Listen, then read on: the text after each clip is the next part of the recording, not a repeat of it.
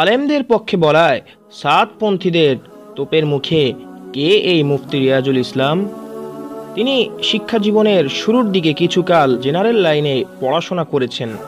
অতঃপর বিভাগীয় শহর খুলনার একটি হিফজ বিভাগ থেকে হিফজ সম্পন্ন করেছেন। অতঃপর খুলনা মেডিকেল কলেজ হাসপাতালের বিপরীত পার্শ্বে অবস্থিত ফজলুল উলুম কওমি মাদ্রাসায় নাহবেমির জামাত পর্যন্ত পড়াশোনা করেছেন। অতঃপর খুলনা ফুলবাড়ি গেট ইমদাদুল উলুম মাদ্রাসায় হেদায়েতুন নাহু থেকে জালালাইন জামাত পর্যন্ত অধ্যয়ন করেছেন।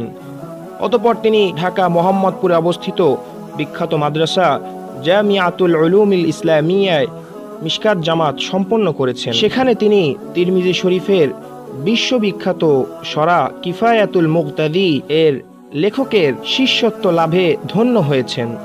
অতঃপর ঢাকার যাত্রাবাড়ি চৌরাস্তার মোড়ে অবস্থিত জামিয়াতুল মাআরিফে উসুলুল ফিকহে তাখাসসুস সম্পন্ন করেছেন। অতঃপর খুলনার বিভাগীয় মাদ্রাসা দারুল উলুম থেকে দাওরা ও ইফতা সম্পন্ন করেছেন।